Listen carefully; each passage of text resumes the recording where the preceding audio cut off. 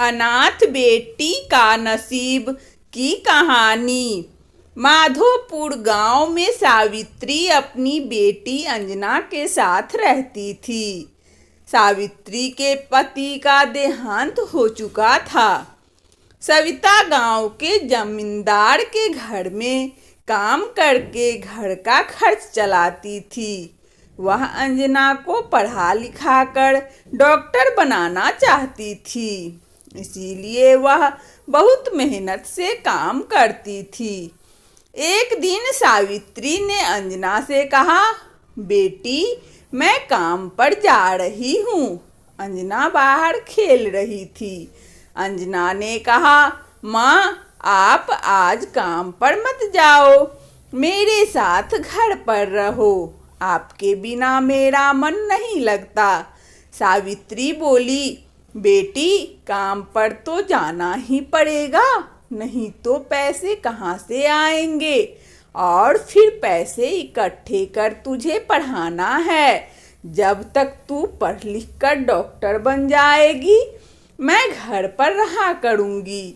यह कहकर सावित्री काम पर चली गई। अंजना खेल में लग गई। दोपहर के समय अंजना घर में सो रही थी। तभी किसी ने दरवाजा खटखटाया। अंजना ने दरवाजा खोला तो सामने पड़ोस में रहने वाले रामू काका खड़े थे। उन्होंने अंजना से कहा, बेटी तेरा कोई रिश्तेदार है जिसे तू जानती हो? अंजना ने पूछा, काका मेरे मामा मामी पास के गांव में रहते हैं, लेकिन आप क्यों पूछा कर रहे हो?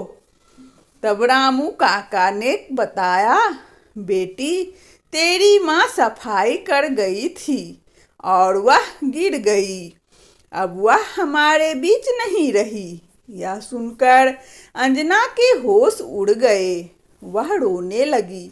रामू काका ने बड़ी मुश्किल से उसे चुप कराकर उससे मामा का पता पूछकर एक गांव के एक आदमी को उन्हें खबर देने भेजा। सावित्री के भाई रमेश ने आकर सावित्री का अंतिम संस्कार किया। उस पत्नी ने अंजना को संभाला। अगले दिन रामू काका और गांव के जमींदार अंजना के घर आए। उन्होंने रमेश से बात की। जमींदार ने कहा, रमेश जी यह बच्ची अब अनाथ हो गई है, इसकी देखभाल आपको करनी होगी। सावित्री का देहांत मेरे घर के काम करते हुए हुआ, इसीलिए मैं इस बच्ची के पालन पोषण के लिए 1 लाख रुपये दे रहा हूँ। आप इसका अच्छे से पालन पोषण करना। यह कहकर जमींदार ने रुपये रमेश को दे दिए। रमेश ने कहा, मैं इसका अच्छे से पालन पोषण करूँगा, आप चिंता न करें। अगले दिन रमेश अपनी पत्नी कुसुम और अंजना को लेकर अपने घर आ गया, लेकिन अंजना का वहाँ मन नहीं लग रहा था। उसे अपनी माँ की याद आ रही थी। वह दिन रात रोती रहती।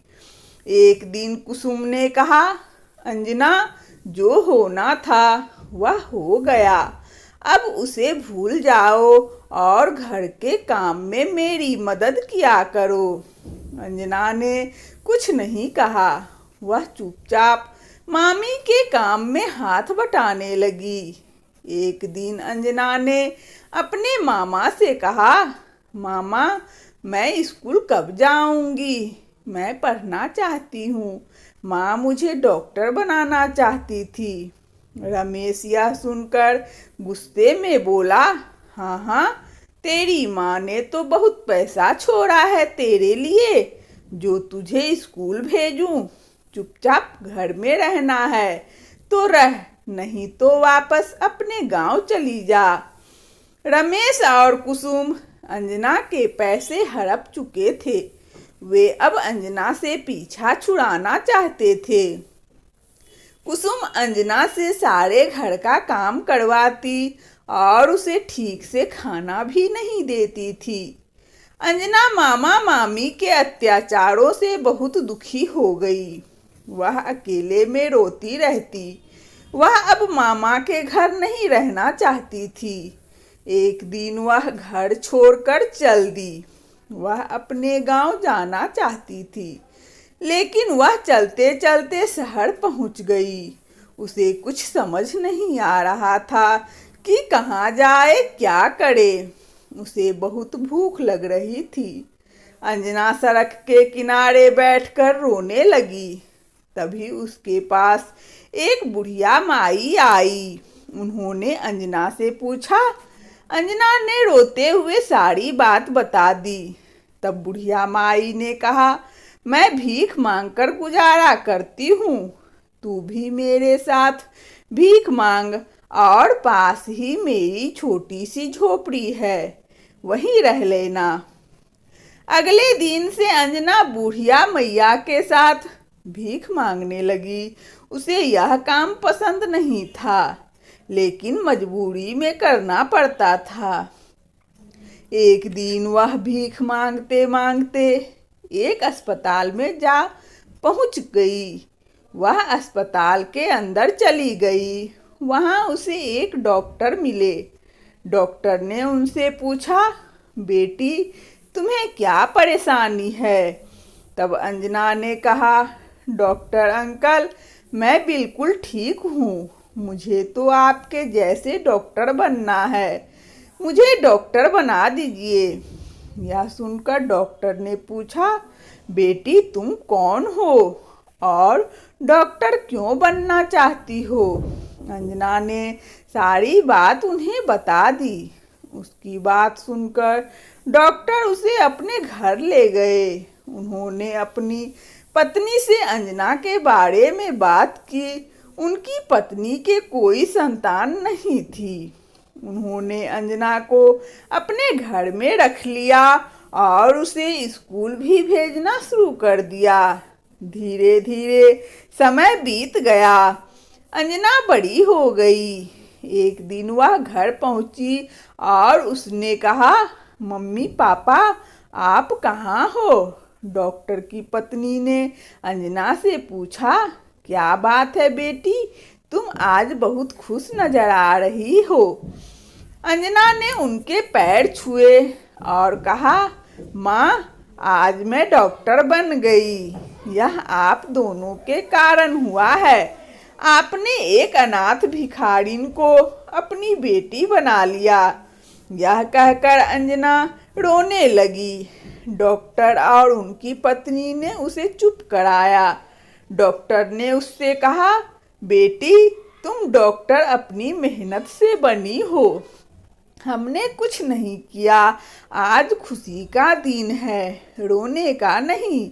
यह कहकर उन्होंने अंजना को गले से लगा लिया। अगले दिन से अंजना डॉक्टर बनकर अस्पताल में काम करने लगी। कुछ दिनों बाद डॉक्टर और उनकी पत्नी ने अंजना की शादी करवा दी। अंजना का पति भी एक डॉक्टर था।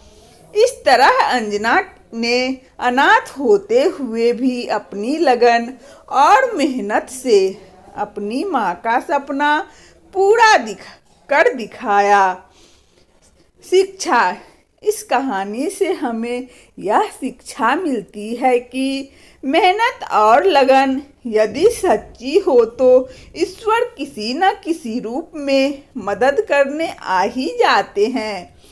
वंदना स्टोरी चैनल में इस कहानी को सुनने के लिए आप सभी श्रोताओं को बहुत बहुत धन्यवाद। यदि हमारा कहानी अच्छा लगा हो तो कृपया लाइक और सब्सक्राइब अवश्य करें, ताकि नोटिफिकेशन सबसे पहले आपको मिले। धन्यवाद।